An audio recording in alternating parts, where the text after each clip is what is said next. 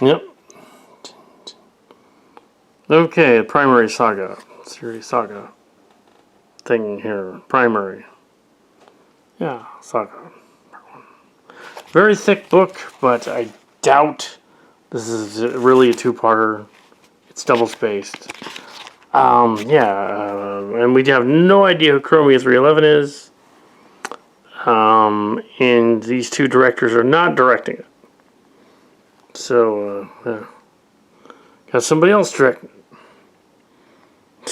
So, yeah, there we are. And,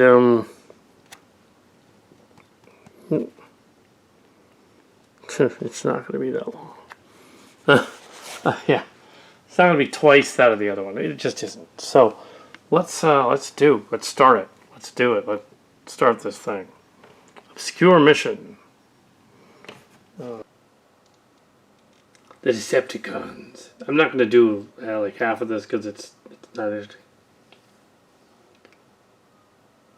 Beast. It's the Purr Beast. Hi, Purr Beast. You're on the set. Kitty. July 17th. Trying to finish the episode because of a lot of crazy stuff's going on the set. We finished this episode. So we have, there's some scenes that are cut out. There's a whole story arc about Octane, and there's another one about Broadside meeting her, and everyone seems to be a relative or a child of someone or a creation of someone, and it's like, why is all that in there? We can tell it's a lady writer, but yeah, it's like, oh, now the color's getting a little weird. Let's try that again, I guess. So there's a lot of crazy stuff happening on the set. Trying to get through this one episode, finish it, to get the episode done, and then we can be done with it. This episode in the can. And there's because this is a lady writer. She wants to throw in a bunch of like people having children and cousins and family and nieces and nephews that are robots in the story. Why? So we got Broadside and Octane having a backstory, and there's Ultra Magnus is his dad or something, and she didn't tell him, and so it's this whole like family drama thing, and that's not necessarily in the story. The story is about what she's doing in this primary mission, and it's mainly about the Decepticons. The Autobots are sort of on the side while she's going between the two forces back and forth. No reason to have that other stuff. That doesn't make sense. You have roughly 80 minutes to tell a story. Tell the story. You don't need the other stuff. It's just filler. It's confusing. She realized Alpha Trion talking to her couldn't happen and wrote it out, retconned it in the story. There's no editing going on. So what if she just has a vision? So I changed that. So she has a vision of him. All right, that makes more sense. He came to her in a vision. Also, it kind of has to match G1 and G1 season 3, even though it doesn't really, and it kind of does. We're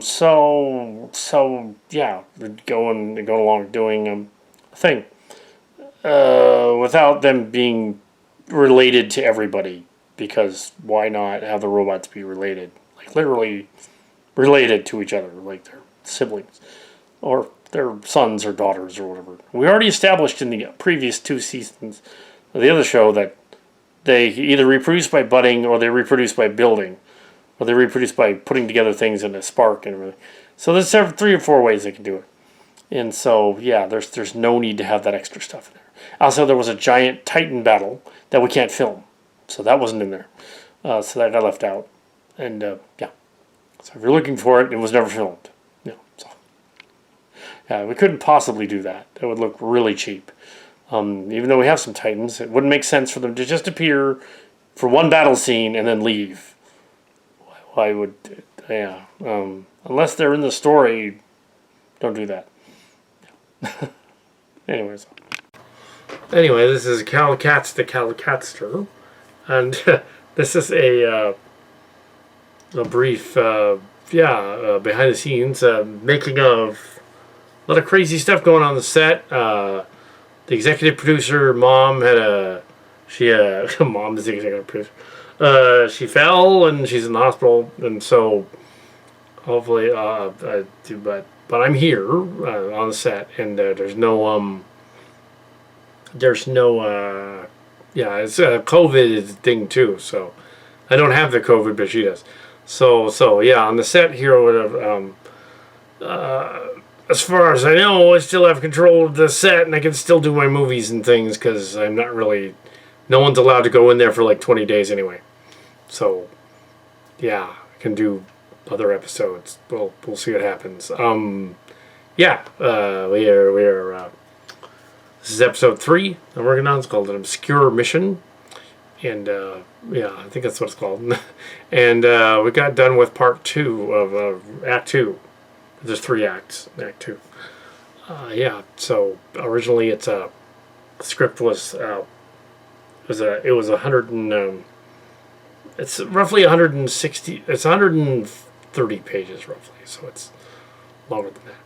But I think we've probably omitted like 20 pages of stuff we didn't want to use throughout, so it's going to be a little over an hour, I think, altogether.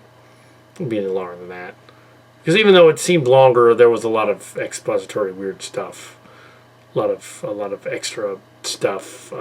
There were whole character arcs about what Astro Train and his relatives were doing, and what Octane and his relatives were doing, and how that relates to the relatives, weirdly enough, and how that relates to our hero, that Chromia, who's in the story, the anti-hero. And how that goes together. Artemis's character, Artemis Primal's character, and her connection to Artemis, even though it was did I say Artemis? I meant to say Chromia. I think I said Chromia. Chromia, and I wrote Artemis into the story. Instead of 6-shot, it's Artemis, because we don't have a 6-shot. We have a G1 one somewhere. I didn't want to go looking for him. Think I'm out. I wanted it to be connected to episodes 1 and 2, just in case all the other SAP people, SAP Productions people come in and cancel the show. So I don't think they will, but just in case, it'll be episode 3 and it does end. So, yeah, you could end it there. Anyway, so that's, but I don't want to end it. I want to finish the whole thing. A quickie respite for about 4 pages. They do a space battle. They shuttle crashes again, and they do a space battle. I can't film that, just so you know. Yeah. And then they sort of come back to him saying, "Oh, we're still slagged," but that's kind of what already happened. So yeah. I thought to really close mention something I almost forgot here. An masterpiece, Dinobots. So these are Studio Series Dinobots from the Studio Series of the movie Dinobots.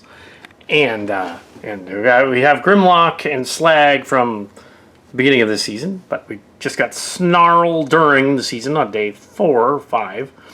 And he arrived, so he arrived early. He was late, but then he was early, and they sent him to Amazon. He was ordered months in advance. And yeah, and as far as I know, I cannot cancel the space convention, so I have to go to that. So yeah, well, we'll be there too. So yeah, here's the Dinobots, and here is Snarl. Me Snarl. Me Slag. Me Slag the Decepticons. Ew, and as Theo's awesome review said, I don't know why they just don't call him Slag. I don't mind it called that. Oh, I'm British. It should just be called that. So I think he's Slag. Slag. It's appropriate. Anyway, so yeah, well, I'm not British, but yes, I imagine it's. I guess it's kind of a dirty word there or something. So he's slagged, like blasted or something. You know, which is weird because slag is a term for like metal junk that comes off steel when you forge it. Like slag, you take the slag off of it. So it actually is something cool. Yeah, like swords and shit. But yeah, there's your Dinobots. Yeah. And yeah, they're pretty large. So you have like this little guy. That's actually kind of accurate. The G1 ones are of course smaller, but the mini ones. Yeah, so they should be taller. Yeah. And the Predacons, and there's Blitzwing. Anyway, so yeah. Still, transform your day into an adventure. Arr. So, finished Act 3 in a day. The story, because we want to get it done. The series looks like it continues, and we're going to go on to episode 4. Looks like we're going to continue it. And but we wanted to finish. We're going to finish 3, put it in the can. It's I believe the 19th or 18th, Monday, July 18th, and put it together, do the thing. Yeah. So this was the first episode of the Chromia 311. We don't know who this is. The saga of Artemis, not Artemis. The saga of Primary. The first pre-prime. The primary prime, because Transformers and robots and prime numbers. Which incidentally she doesn't use. Blitzwing is in the original Blitzwing was a prime, and some others are primes, and Sandstorm was a prime. It was confusing, and they were related, and they were the triple changes were sons or something, or daughters, or it got very convoluted. Some of that is in here, but I changed the names around to connect it to the last episode. So we are introduced to Artfire. That's Artfire over there. If you want to get that toy, it's Amazon Selects Artfire. It's sort of the Diaclone version of Inferno. So if you want to get one at Amazon, go get it. The other fire truck who played the lead, Primary, is a version of Inferno. I believe it's a retool of. It's Inferno, but it's a retool of. Hotspot as Red, sort of a Hotspot. There are some out there. You can get them on Amazon as well. So if you want to get them, the rest are mainly Siege characters. The Blitzwing is not the Siege Blitz. It's not the and Legacy. There's some Legacy there too. But mainly the Blitzwing is from Generations. I don't have the Legacy Blitzwing yet. There's a lot of other stuff going on, so I can't get the Legacy Blitzwing yet, but I have some other ones. There is a G-Axis coming, which means he might be in a future episode. We're going to keep a lot of the Transformers that we're just using this season and right handy, so we can shoot a scene each time. And yeah, this was a long script that was, Transformers Lexicons. Long script called the Obscure Mission. And Obscure Mission, here it is. And it was we thought it would be longer, but no, it's not really. It's probably, I'm going to guess 80 minutes. Because we did cut a lot out. There was a lot of backstory. I gave some of the lines on the end that I added from an earlier scene, sort of worked things around differently. There were where they introduced the sons and daughters and all that crazy stuff, and it made it make more sense in the story. And I came up with the idea of revealing, which wasn't in the story, revealing that Primary is the inspiration for all primes ever since. I thought would be kind of cool. It's like, oh, so she's like the queen mother of the Decepticon rebellion that started the whole thing. But she's not, she's in a past life. She's that character. So in a past life, she knew Megatron. And now she's something else. Currently, millions of years later, she's someone else, but was married to Ultra Magnus, but she was this other character. And she was the first of the 12 Prime. She was Solus Prime. So that's really cool, because then you're like, oh, okay, yes, that actually kind of works. So line continuity right there, IDW right there, Furman right there. Okay, there's a little of that. So the Blitzwing was implied to be one of her kinsman offspring things from Budding, which is funny. So it's implied that he's an offspring. But Cyclonus isn't technically, because he was remade by Unicron Thundercracker. Or was it one of the Insecticons? I think it was Bombshell. Anyway. The sweeps. Cyclonus the warrior. Might have been Thundercracker. Or Skywarp. Might have been Skywarp. It's hard to tell because they mixed the colors in the movie. Yeah, so doing Transformers. Yeah, not doing a dedication on the end of the episode because it's yeah, there's nothing to dedicate on there. Mom is still in the hospital, but yeah, we're not going to dedicate that. That's weird. I'm not doing. I'm not going to do that with this episode. She doesn't even watch Transformers. Yeah, that'd be strange. Yeah, there's no connection there. No, this episode is one of the. I mean, there are two other primary stories from this person. The character is hard to light. So yeah, but we can still do it. We can still do more of him, but it's hard to light her. Face is shiny silver. Galvatron has the same problem. So does Magnus. They have the shiny silver faces. Not sure what that's up with the silver faces, but the light doesn't seem to see it as a face. So yeah. Originally, this was going to be directed by J.S. and Jody Aunuk, where they are. Made-up characters from the Kitty Key era. They left during the end of season 1, episode 1.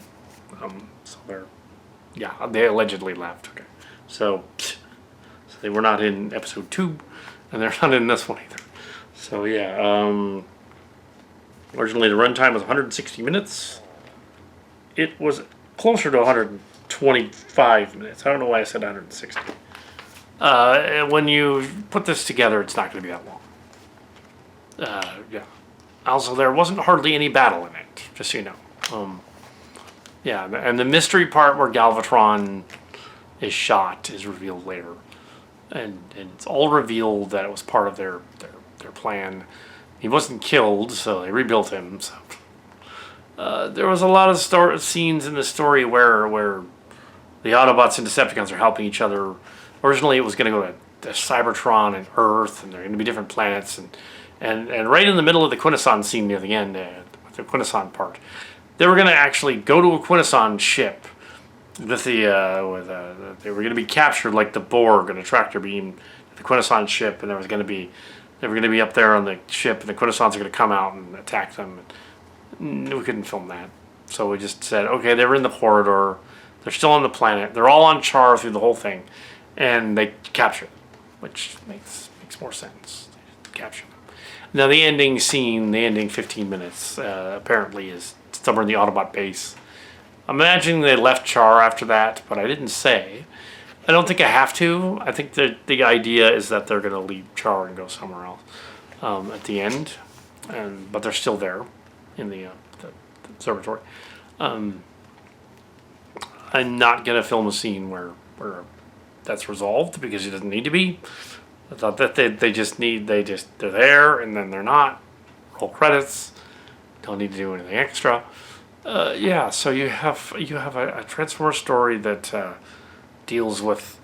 And this one doesn't deal with anything really political, not space schizophrenia or space depression in space. It's more like, they have these robots and they do stuff that they have a conflict on a planet, and it's Char. So that'd be interesting to go back to Char in an episode. So this one you get to see Char. That's cool. Places on Char. It's a devastated megapolis thing that's all screwed up. So yeah, so that's what it is. The whole thing is a megapolis. Ruins everywhere and decimated buildings and stuff. Yeah, the remains of militia base / planet. It's kind of implied that it is militia, the planet, but that militaria, but that's stupid. The first Decepticon outpost. The military hardware went to their outpost with Solus Prime, Decepticons. And Solus Prime is the mate of Megatronus, the Fallen. So that's where that comes from. Just in case you're wondering where that canon would fit in this universe, it's the Fallen. And also the Fallen's brother is Jyaxus. So Jyaxus shows up as Fallen's brother. That's how the line continuity dealt with that. Said it's together. This story is clearly like its own aligned continuity to begin with. It's not even technically continuity with the Space Bridge saga or the other ones before it that I did. It's kind of related to the Star Trek meets the Transformers more than any of those. But yeah, there's just each of my fan film adaptations of these much stories, or Lexicon stories in this case, can be viewed individually as individual stories because they have an ending, beginning, middle, and end, and the end, and it's an individual author's idea on Transformers. This is very much like the IDW stuff that came later, even though I think it predates it. So it also probably is another nod to the British comics as well. I didn't want the triple changers everywhere in it. There were scenes where the Decepticons were in it. I didn't want to deal with all the extra characters. I wanted about a dozen of them in the story altogether, doing their thing, and then they leave. There's probably 6, 7 Autobots here, and 6, 7 Decepticons. Just about a dozen each. Baker's dozen, 13. And that way it's not confusing. That way it just tells a story about the main characters. Like a lot of the Marvel movies, they make that problem with that. In TV shows, the problem with let's include as many characters as possible, and then you're just confused. And I like that the redemption arc makes this story the opposite of the last one. Whereas the last one was, okay, we have this kind of crazy ex-Autobot patriarch lady who is kind of a crazy Karen robot, and she is a neutral who wants to join the Decepticons, but betrays them and is kicked out, basically. But in this case, it's Primary, who is a reincarnation of their original queen, and they all totally respect her like a Mary Sue. They're their original Decepticon queen. So they're like, yeah, we like you. You're awesome and everything. She doesn't even know why, really. She kind of doesn't until the end there, and then she figures it out. She kind of comes to that realization. Now, she would have thought of it earlier if she still had the Decepticon Matrix. So she would have been like, oh, there's the Decepticon Matrix. Yeah, but unlike the Autobot Matrix, the Decepticon Matrix doesn't give wisdom, it gives folly, which is funny.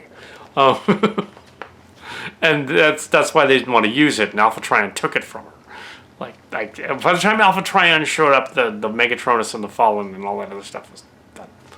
So they rebuilt it as the Autobot Matrix of Leadership, gave it to the 12 Primes, Optimus Prime carrying it at one point. Later on, after the 12 Primes, presumably afterward. And actually, if you want to see the guy that she was kind of based on, go back to because it's there. Go back to the Return of Optimus Prime 1 and 2, and they go back to scan the space plague, and this weird Decepticon Quintesson Prime comes out. And she's all, the plague has visited us once before. That was Solus Prime. That was her. Yes, the plague has visited us once before, but our scientists were able to send it into the sun. But the spores manifest hate. It was probably the Decepticon Matrix. Part of the hate planet, part of Wrath, was taken into the spores, and it invaded that sun. Caused that. So that's awesome. It ties in. I like it. Not here. It's not here. It's not canon here, but that's kind of what happened. That's kind of my head canon for that one. It's kind of silly. But yeah, that's kind of what I'm thinking that guy was. Just, And I decided that I would talk about the Transformers lore and mythos instead of rambling about something that has nothing to do with that. I'll just talk about the Transformers. That's what you want to see. So, until next time, transform your day into an adventure. Autobots, transform and roll out. No, Peter Cullen is definitely not out of work for that accent. No.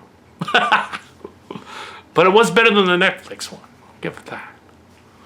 Yeah, that guy was not quite there. Although I did see an awesome short film last night. About 5 minutes long.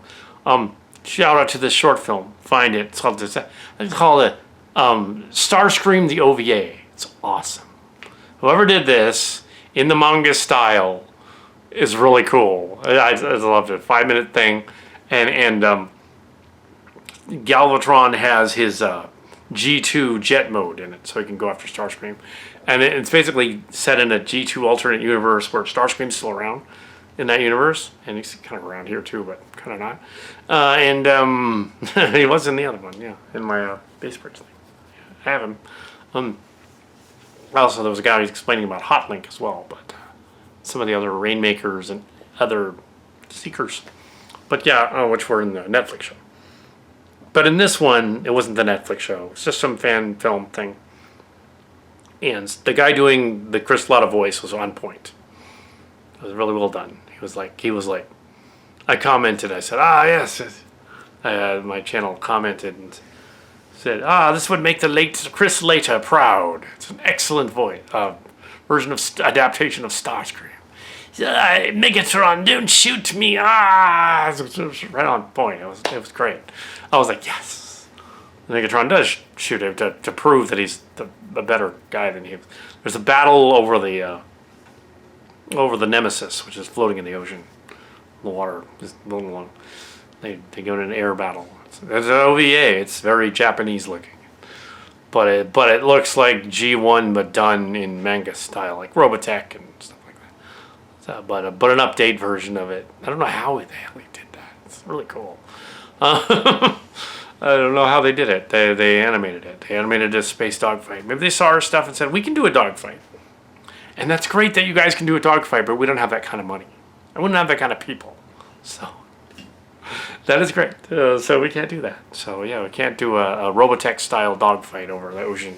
Justice. It would look bad if we did it.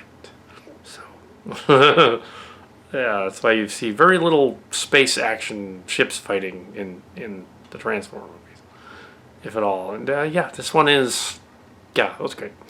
Yeah, and the other Rainmakers were explained on another site called The History of the Rainmakers, I think. There was an update of History of Shockwave, and TJ Omega opened up the knockoff Transformer cassettes and other things, and a Dino Kaiser, Dinozord kind of looking thing. I don't think it was a Dinozord though. I think it was the Dinosaurians from the Korean Dinosaurian pack, which I did see some of at. They did have them when we had a sort of a bootleg store in the mall, but it's gone. The store's gone now. The store that had the Muscle Warriors and all that is gone. I don't know where it is. They might have moved it somewhere else in the mall. Usually it like disappears and pops up again later in some other kiosk. Might have been somewhere else in the mall now, but it was not where it was anymore near the candy shop. They moved. With the Wrestle Warriors, and since the Wrestle Warriors store, that was Phelan Portis. He also found, because I had a shout out on the Phelan Portis show. I sent him the news about the Muscle Warriors when I got him, the Star Trek thing. So he did an update and said there were actually more of them. They did like a Muscle Warrior thing, an even more current one. That's great.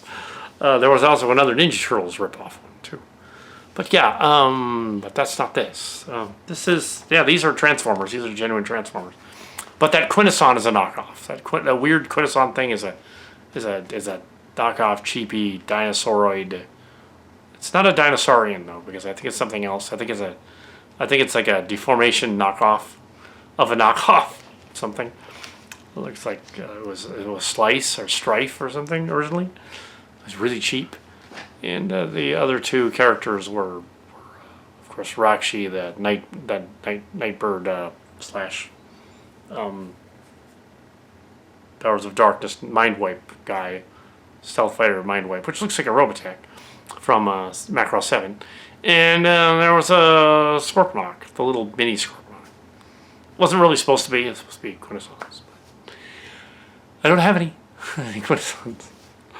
They had to have the Quintessons show up, so they played them nicely. Yes.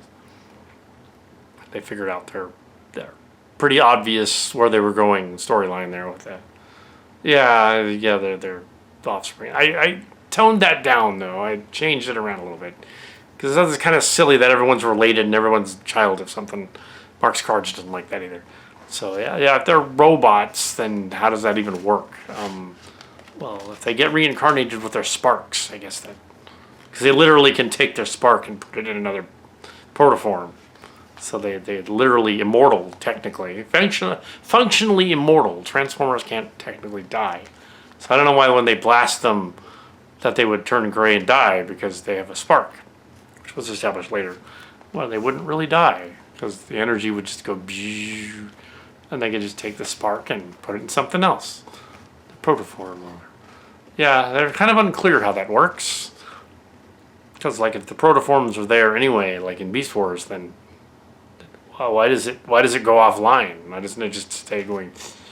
Starscream's spark can drift through interstellar space for another hundreds of years. Why can't the other ones just do that? They'd be functionally immortal. Yeah. Anyway, so Jaxus is coming. Well, we'll see what I'm going to do with Jaxus. We'll see. He's not very tall. He's Voyager class. He's about as big as the Prime and the... that's Laser Optimus Prime playing Artemis Prime there. Reference to the person that wrote the last one. Yeah, she did not comment. Didn't have any comment at all. Not that I know of. I didn't check recently, but I don't think so. Didn't comment, didn't see it. Or the title's changed, because Till All 1 from the last one was bland title. This one's called An Obscure Mission. And that's it. Yeah. Transform your day into an adventure. Clang! Psh, da, da, da, da, da, da, da.